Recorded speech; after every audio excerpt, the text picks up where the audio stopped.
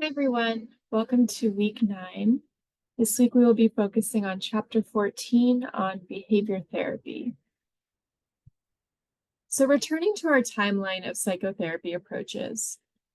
Last week we covered psychoanalysis as developed by Freud back in the 1890s, and we talked about how Carl Rogers introduced humanistic therapy as kind of a challenge to psychoanalytic therapy.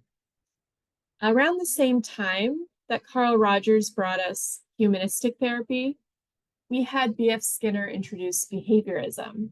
So these were emerging around the same time in the 1950s as kind of two different branching paths as options that were alternatives to psychoanalysis.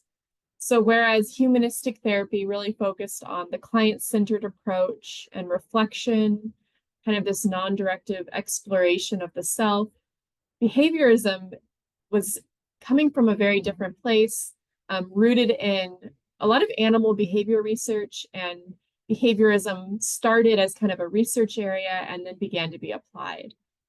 So this week, we're really going to focus on behaviorism.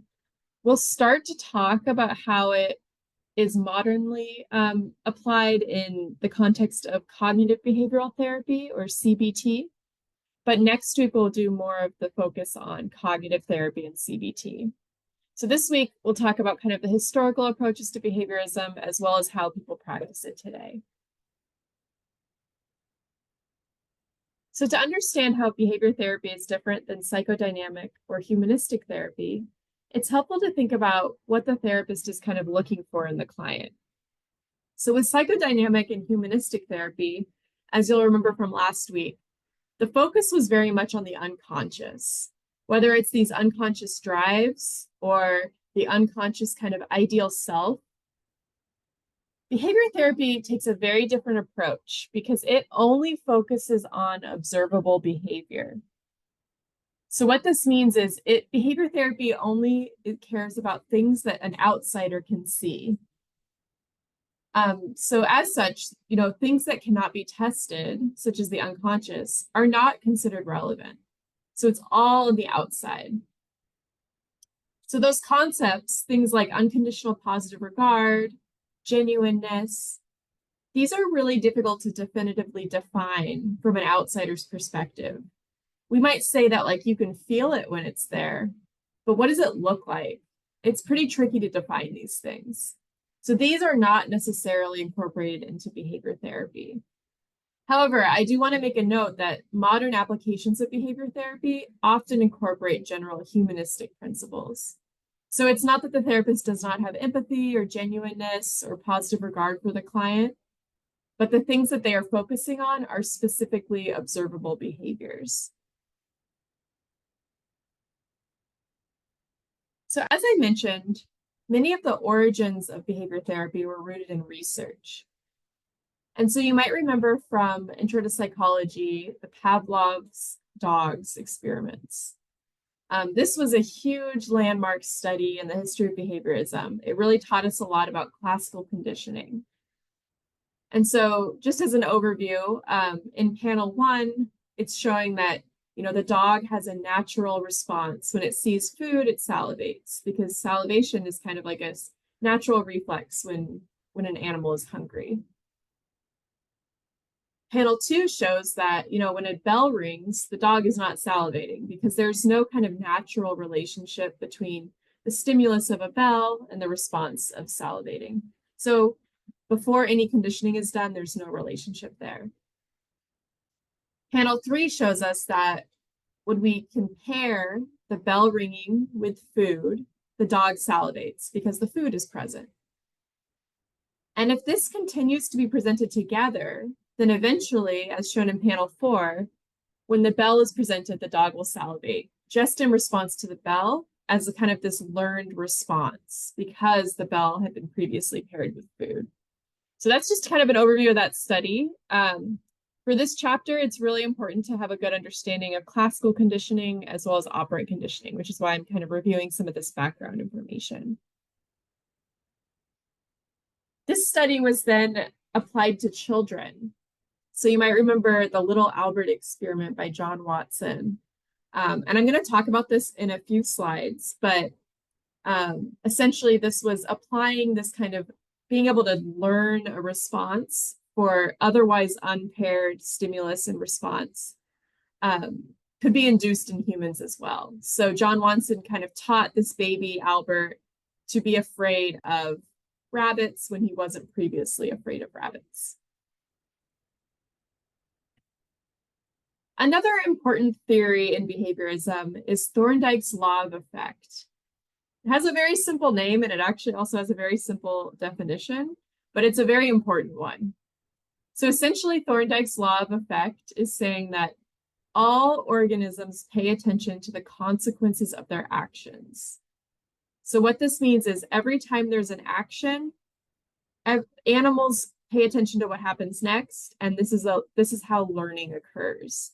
And this might be conscious or unconscious, but the important thing is that behaviors are reinforced by what happens immediately after them. So actions that are followed by pleasurable consequences are more likely to occur. And actions that are followed by unpleasant consequences are less likely to occur. I think an easy way to kind of think about this is if you've ever had a pet or if you've been around a dog that's kind of being trained.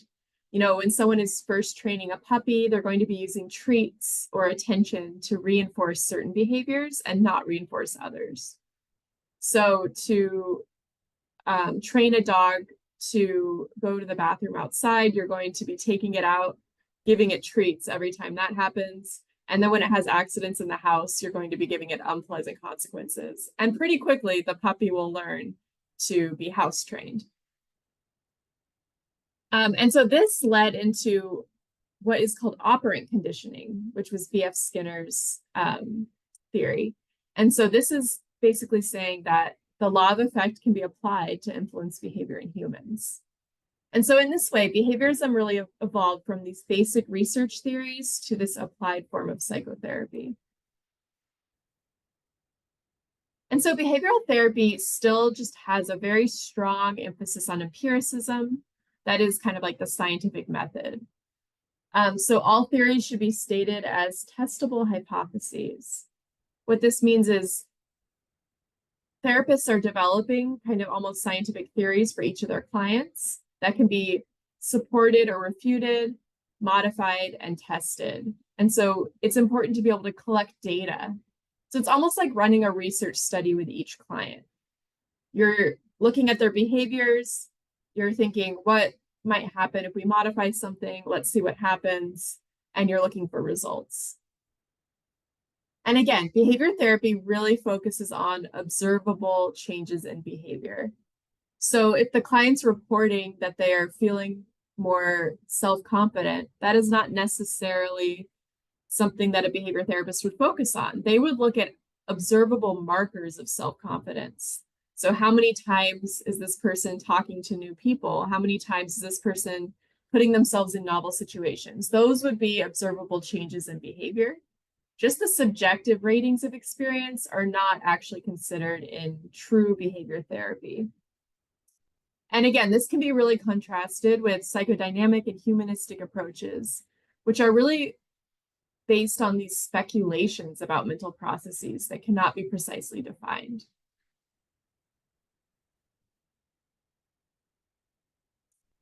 So the main goals of behavior therapy are to define problems in a behavioral way.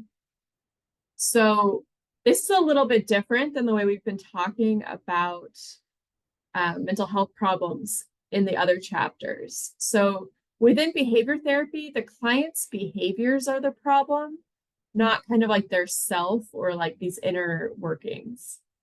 So an example from the textbook is if we have somebody who maybe has kind of some obsessive compulsive symptoms.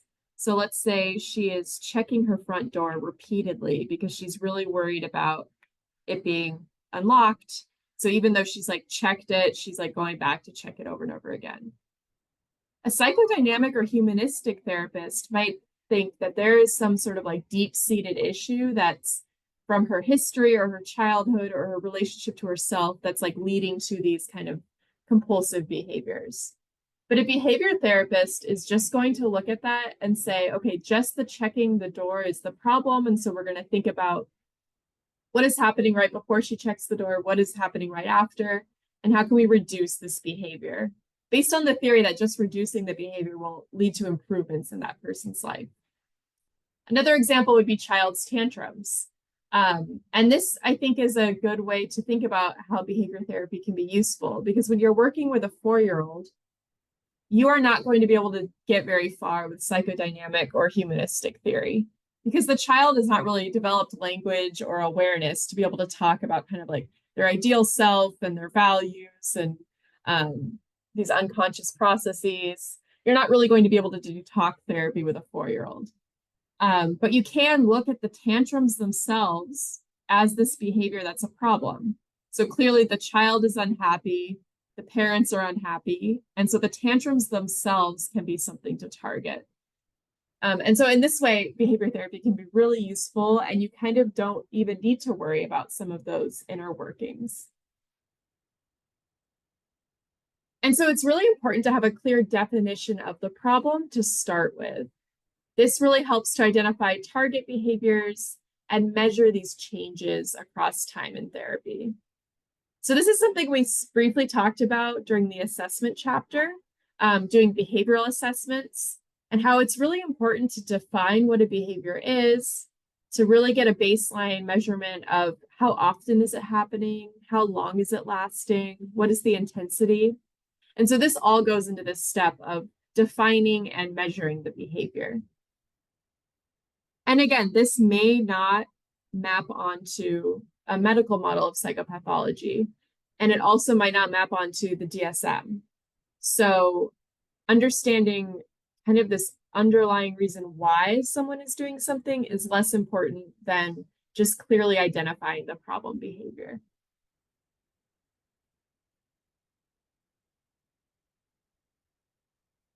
Change over time in therapy is also measured using observable metrics. So what this means is that therapists are using unambiguous indications of progress. So they need to be things that can be specifically measured. So maybe the number of tantrums a child is having per week. And over time, during the course of therapy, you're going to want to count that, have the parents record how long the tantrums are, what the intensity is, and track this over time. So there's a lot of kind of more quantitative metrics that are often used in behavioral therapy. And just going to reiterate, so behavioral therapists reject introspection to the point of it having no role in the clinical process. So it's all on the outside. I do want to say a caveat, though, is that behaviorism is often incorporated into CBT, cognitive behavioral therapy, which does take into account the client's thoughts and feelings. And we're going to talk about this when we talk about some of the examples today.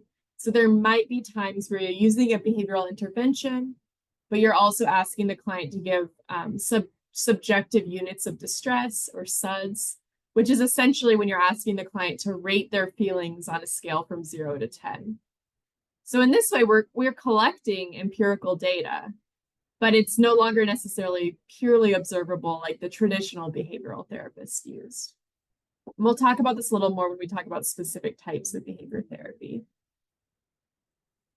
So I think it's helpful when we're talking about the goals of behavior therapy to revisit the scientific method, because I think it really maps on.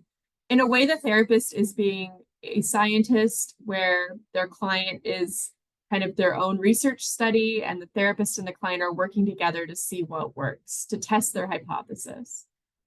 And so just as a review, the scientific method involves observing a phenomenon, developing a hypothesis to explain the phenomenon, testing the hypothesis through experimentation, observing the outcome, and then revising the hypothesis if needed. And so, again, this can be really applied to a specific case. So if we have a client, let's use the example of a child having tantrums. Let's say that we have a 4-year-old and he's having a tantrum every night when his parents tell him that it's time for bed. So we're going to start by clearly defining the tantrum. So this might be having the parents start to count how often they're happening, how long the tantrums are happening. They're going to be looking at those antecedents and consequences. So what happens right before the tantrum, what happens right after the tantrum. And this is all going to help the parents and the therapist work together to develop a hypothesis to explain why the tantrums are occurring. And so likely the antecedent is going to be the parents saying it's time for bed. That's going to be what happens right before the tantrum. And then let's say before therapy, what's happening is that the child has a tantrum. The parents are like overwhelmed and don't know what to do. So then they let the child watch a movie. So let's say the antecedent is the parents say it's bedtime. The behavior is the tantrum. The consequence is the child watches a movie. And so if this is the hypothesis, if this is the model, then we're going to think about ways that we can experiment to test this hypothesis. And what this means is that we're going to change something about it. So let's say that now instead of allowing the child to watch a movie, they have to immediately just go to bed. So through experimenting with the parents, they're going to kind of adjust the routine and test to see if the behavior changes. And they're going to observe the outcome in a very similar way that they did in step 1. So they're going to be counting the number of tantrums, measuring the duration of the tantrum, the intensity, and then revising the hypothesis. So maybe that isn't what sets the child off. Maybe there's something else that's causing the tantrums. And so the client and the parents and the therapists are going to work together to kind of keep working on this. But you can see how this maps onto the scientific method.